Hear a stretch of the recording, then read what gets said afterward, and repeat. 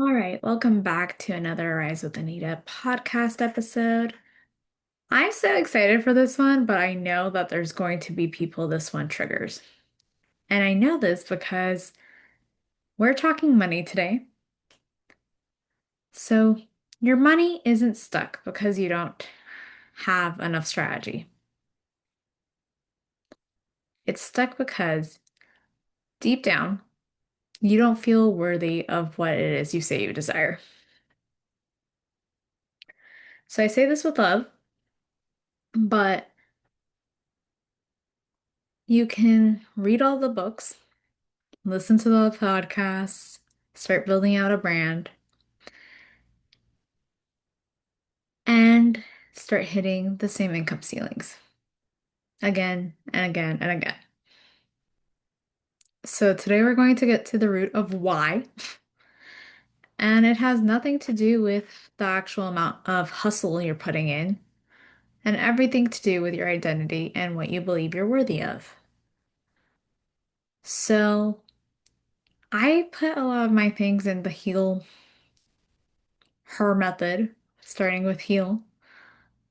So where did you learn your worth was conditional? That is the first question I'm starting off with. So let's go back for a moment. Not to your first job, not to your first sale. I want you to go back to the first moment you felt like you had to have your value be earned.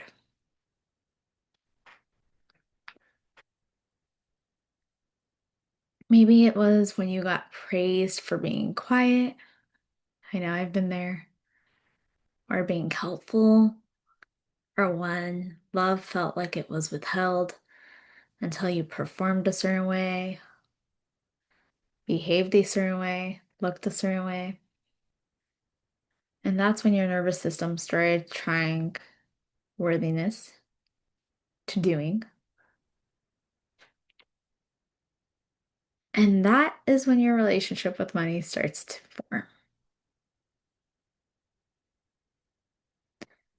So let me give you a glimpse of past life Anita and what my corporate life used to look like. I used to be the person who prided myself on how much I hustled and I did the best and I had work that really stood out for itself. But on the flip end of that, I also did not negotiate my worth or my value, which, let's be honest, females in corporate, generally speaking, we're not exactly taught to negotiate for ourselves, but that's a whole other subject. But getting back to what I was saying, I would work hard. I would be a top performer, and I was stuck not fully getting paid what I deserved because I was unable to fully negotiate, or when I did negotiate, I was staying at a job that kept me capped when I should have been at a higher income. But that was on me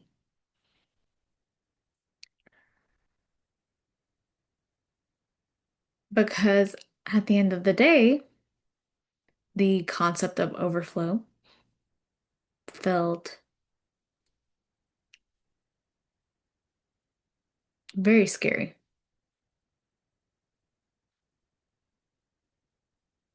or not necessarily scary, but more so for me having lived a good amount of my life in survival mode.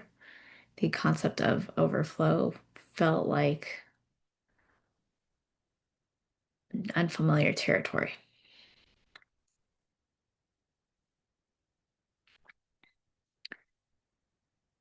So this isn't just about financial literacy, though there's a part of that, but you've been trained to receive just enough to survive, or in my case, I was trained just to earn just enough to survive, but it was never enough for me to feel like I could expand or really feel abundant and in that overflow of prosperity energy. So we're going to start talking about embody because I realized over the last 4 weeks that you can't receive from an identity built on survival. So here's the truth. Your nervous system is always going to fight to keep you at your emotional set point until it believes it's safe.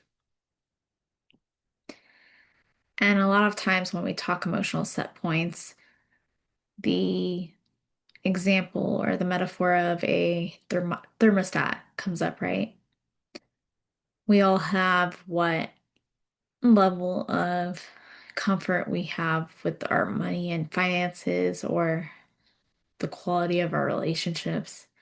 And if it starts to go either which way, too hot or too cold, so really well or very bad, you will eventually find your way back to that thermostat regardless of the income in this case. So if joy feels unsafe, in my case, if overflow felt unfamiliar, if receiving without guilt felt selfish, I was sabotaging it. You will sabotage it. It's just human nature. So I'm realizing that this is where our emotional regulation actually comes in because you can't expand if you keep disassociating every time you hit a new level. And when I think about it, something my mentor pointed out today was we all have these moments where we stretch ourselves. And when we're in that stretch, it can be very easy to feel like we need to contract because that's the safer choice. But if you can learn to sit with that discomfort, that's where the beauty and the magic is actually at. So, I want you, if you're actually listening to this, and hopefully you're not driving, to name an emotion that you feel when you think about receiving more. An example of this might be guilt, fear, gratitude, if you're lucky, pressure. And because I'm all about the body, I want you to go ahead and notice when you state that emotion, where does it live within your body?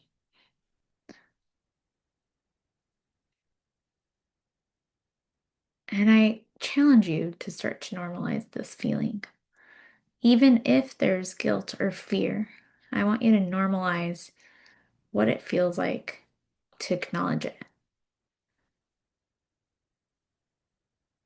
And go ahead, nurture it. Do some breath work. Even if that looks like just slowing down to take a breath and connecting with yourself. For those of you not on video, my hand is on my heart. And I want you to just maybe either go on a walk, journal, feel what you need to feel because so much of ourselves we tend to kind of bypass. And that's when you can start the affirmations of I am worthy of receiving more with ease and joy, integrity, with gratitude. But one thing I've really realized is if we don't start to emotionally connect, the affirmations are great, but they're not effective because your brain goes lie. So I just want to remind you, you don't need to earn it. You need to claim it. So we are on my R for rise.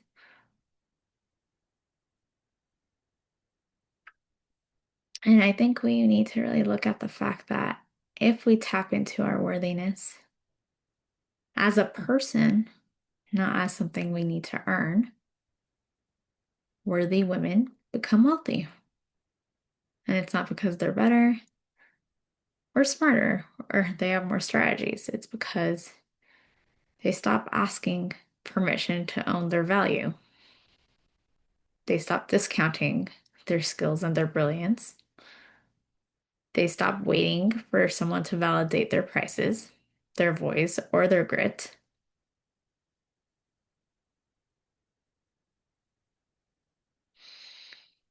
You can't expect the world to pay you more than what you believe you're worth. As I was doing this course, I was particularly triggered in week 2 because Craig Siegel, my mentor and the course host, I suppose, mentioned a line about how when you don't feel you're worthy, it is reflected in how you allow people to value you. And I realized at points, where have I been ex accepting, not expecting, though maybe both, less than I deserved? How was I okay with some of the treatment I was receiving? And that translated to business, that translated to relationships I had, that translated to people who, even acquaintances, you hear those bird eyes of like what you hear is said about you. And I realized, well, I'm allowing myself to be treated less than I deserve. And it had to do everything with what I thought I was worthy of. And I've taken a lot of money courses over the last 4 or 5 years. It's part of my favorite thing to do is to learn, especially about that relationship with money. However, the tie to your worthiness, oof, that hit home. Because the reality is, it doesn't just come down to what actions are you taking. It comes down to so much of, am I at the frequency that matches this aligned payout? Or am I hiding it? And the challenge really was facing, if I'm being very transparent and vulnerable here, was the fact that I knew point blank where I was accepting less than I deserve. And the correlation for it to be with my money relationship and how that was showing up was very interesting, to say the least. So, I just want to remind you when it comes to this embodiment and the practice of it, not only step into your body, but also start thinking, what would the version of me who has the blank months, insert here is it 10K, 50K, 100K, how would they be showing up differently than I do today?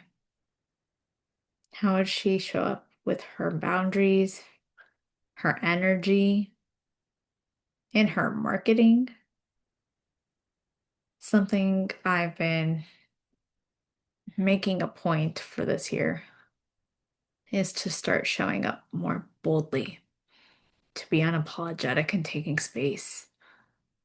And while I think there's a beauty unfolding with this podcast because I am not necessarily perfect at this, but I'm still growing and learning and embodying in real time. And I'm sure as I grow more, it'll start reflecting more in the podcast. And I think there's a beauty in being able to grow real time in front of an audience. So, as a reminder, you don't always get rich by doing more, though let's be honest, action is needed. You become rich, whatever that version of the word is for you, by becoming the version of you who knows she's enough, even if it feels like she's in stillness. And I don't know who needs to hear this.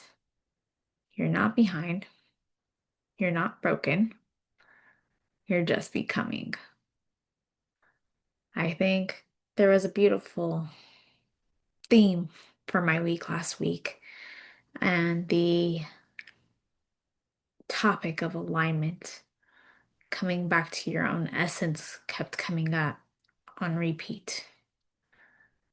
And Friday evening, there was a beautiful sermon I was a part of that I got to watch.